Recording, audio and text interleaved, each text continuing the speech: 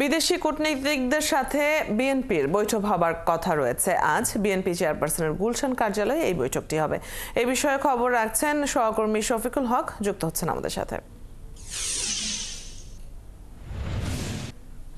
শফিকুল, কোন দেশের কূটনীতিকদের সাথে বৈঠকটি হবে, এতে কি কি বিষয়ে আলোচনা হতে পারে, কিছু জানতে পেরেছেন কিনা?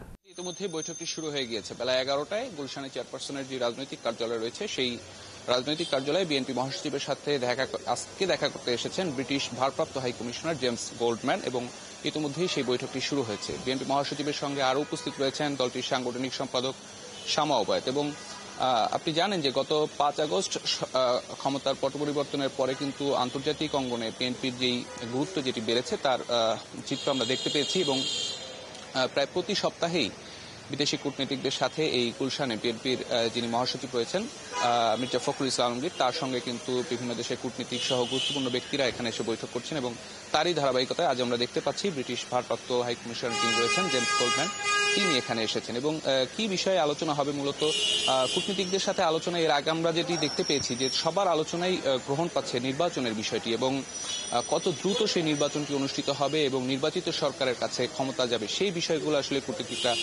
বিএনপি মহাসচিবের কাছে জানতে চান, এবং সেই পরিবেশটি কতটা সৃষ্টি হয়েছে এসব বিষয়ে আলোচনা হয়। আজকেও এই বিষয় নিয়ে আলোচনা হতে পারে বলে আমরা ধারণা করছি। এবং এছাড়াও আপনি জানেন যুক্তরাজ্যের বিভিন্ন দেশের সাথে বাংলাদেশের যে বাণিজ্যিক যে চুক্তিগুলো রয়েছে সেসব বিষয়ে আলোচনায় প্রাধান্য পায়।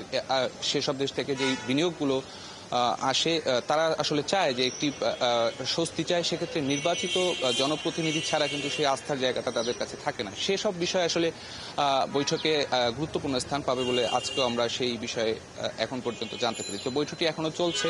বৈঠক শেষে আজ আমরা যেটি জানতে পেরেছি, দলের পক্ষ থেকে জানানো হয়েছে বিএনপি মহাসচিব মির্জা ফখরুল ইসলাম আলমগীর তিনি সংবাদ সম্মেলন করে কি বিষয় আসলে বৈঠক হলো সেই বিষয়গুলো আমাদেরকে জানাতে পারেন। তো আমরা রয়েছি গুলশান কার্যালয়ে। এখন পর্যন্ত আমরা যে বিষয়টি জানতে পেরেছি যে মূলত আজকের এই বৈঠকে নির্বাচনের বিষয়টি সবচেয়ে বেশি গুরুত্ব পেতে যাচ্ছে। তো অদিতি, এখন পর্যন্ত এই ছিল গুলশান থেকে। শফিকুল, আপনি খবর রাখছেন, নিশ্চয়ই বৈঠক পরবর্তী তথ্যগুলো আপনার মাধ্যমে আমরা জানতে পারবো। দর্শক, সহকর্মী শফিকুল হক বিএনপি চেয়ারপারসনের গুলশান কার্যালয় থেকে এতক্ষণ যুক্ত ছিলেন আমাদের সাথে।